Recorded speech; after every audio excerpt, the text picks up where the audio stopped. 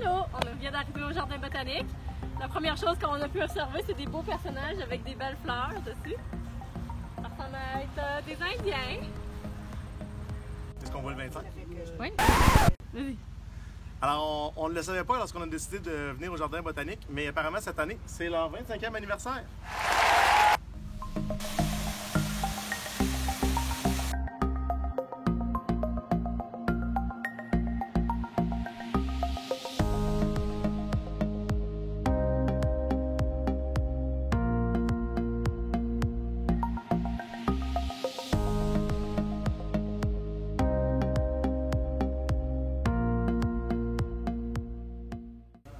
Ils ont invité un sculpteur pour venir faire des sculptures au jardin botanique. Il nous a fait un beau petit bonhomme. On peut aller voir en dedans ces belles sculptures.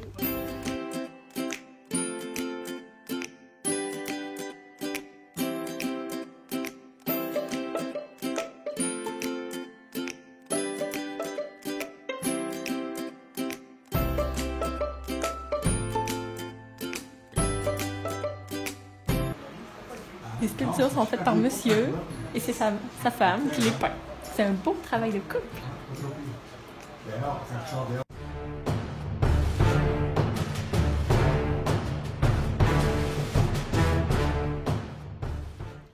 Une des choses que j'avais très hâte de voir ici au jardin, c'était la section Chronos. En fait, ils ont refait une structure, là, je vous montre un peu, qui permet entre autres de donner l'heure du jour, qui permet aussi de donner des saisons. Chacun des piliers aussi est en fonction de certaines constellations et tout ça. C'est un peu une espèce de principe à la Stonehenge en Angleterre. Donc, extrêmement impressionnant. Je prends quelques autres images et je vous montre ça.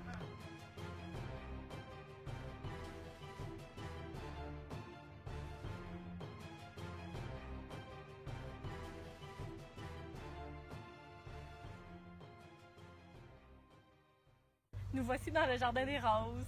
On est chanceux, il en reste encore un petit peu. On est quand même tard dans l'été. C'est cute, trop belle.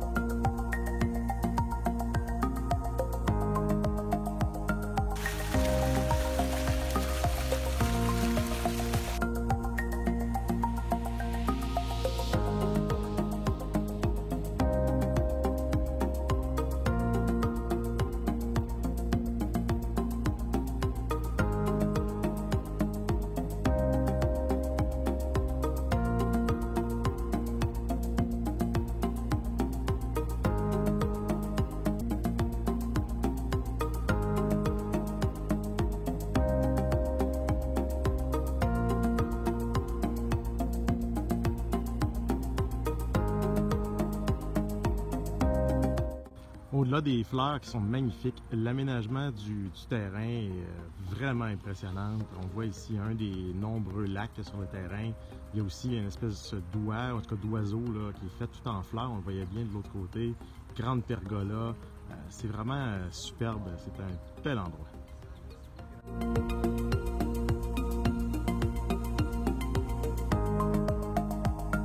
Et derrière moi ici, on voit ce que ma mère appelle des oreilles d'éléphant.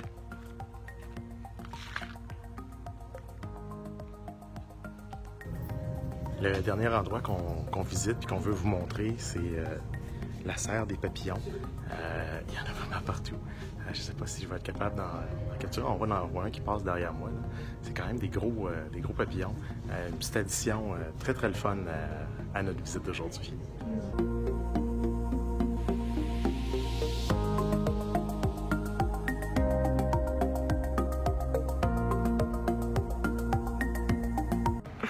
Alors, Sylvie, en conclusion, comment tu as trouvé ça, le jardin botanique? Super beau. J'ai adoré. Moi, je tripe ces fleurs. Je passe l'été à prendre des fleurs sur mon terrain. Fait que venir ici, voir des belles fleurs, C'est plein de couleurs, c'est super inspirant. J'ai beaucoup aimé, j'ai pris plein de photos. Mon téléphone est plein, j'ai plus de place. On va venir de faire le tour. On a presque fini, mais il reste encore quelques petites fleurs à regarder. Puis ça, si vous aimez les fleurs, c'est parfait comme endroit. Là, on est mi-août. Il y a encore beaucoup de belles fleurs, mais début de l'été aussi, il y a plein de fleurs qu'on n'a pas vues, qu'on aurait pu voir au début de l'été. Fait que vous pouvez passer n'importe quel temps de l'année, il va y avoir des fleurs, c'est sûr.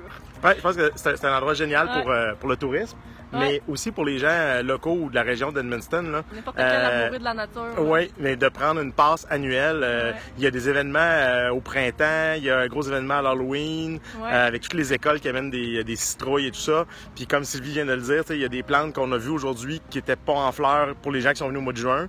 Et vice-versa, nous, il y a des plantes qu'on n'a pas vues aujourd'hui qui étaient en fleurs il y a peut-être un mois ou deux. Fait que quelqu'un qui peut se permettre une passe annuelle ici, je pense que ça vaut vraiment la peine. Très bel endroit.